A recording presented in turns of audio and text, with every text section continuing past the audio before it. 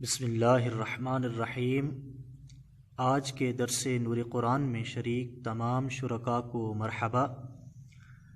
جیسا کہ آپ احباب جانتے ہیں کہ اس سے پہلے قرآن مجید کے آخر سے سورہ والناس سے لے کر سورہ والضحیٰ تک کی آیات اور ان کی شان نزول کو ہم پڑھ چکے ہیں، اور آج کے درس میں ہم انشاءاللہ سورہ واللیل سے لے کر سورہ عبسہ تک کی آیات اور صورتوں کا شان نزول پڑھیں گے۔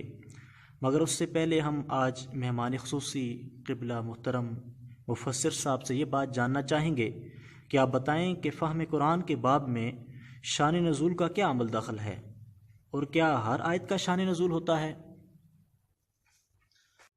آپ نے جو سوال کیا وہ بہت ہی عمدہ سوال ہے، کیونکہ اچھا سوال کرنا یہ نصف علم ہے۔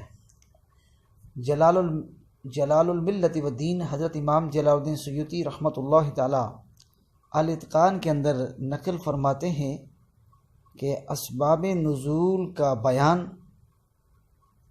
قرآن فہمی کے سلسلے میں ایک مضبوط اور قوی طریقہ ہے۔ آپ شیخ ابن تیمیہ کا قول نقل کرتے ہوئے لکھتے ہیں کہ ابن تیمیہ فرماتے ہیں کہ قرآن کے معنی کو سمجھنے کے لیے اسباب نزول کا جاننا اشد ضروری ہے، کیونکہ سبب کے علم کے بعد ہی مسبب کا علم آتا ہے، اور قرآن مجید کے سمجھنے کے لیے اسباب نزول کا جاننا ضروری ہے۔ اور قرآن کا نزول جو ہے وہ دو حصوں میں تقسیم کیا گیا ہے، ایک حصہ وہ جو سببی ہے اور دوسرا وہ حصہ جو غیر سببی ہے۔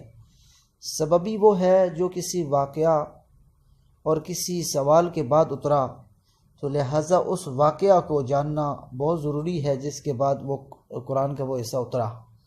اور ایک ہے غیر سببی، جس کا کوئی سبب نہیں ہے، تو اس کے لیے تو اسباب نزول کا جاننا ضروری نہیں ہے، کیونکہ اس کا سبب ہی ہے ہی کوئی نہیں، کیونکہ سبب کے بعد ہی مسبب کا علم آتا ہے۔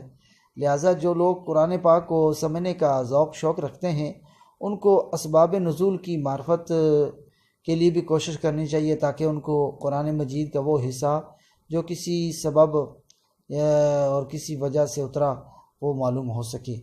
بس یہی میرا پیغام تھا، وما توفیقی الا باللہ۔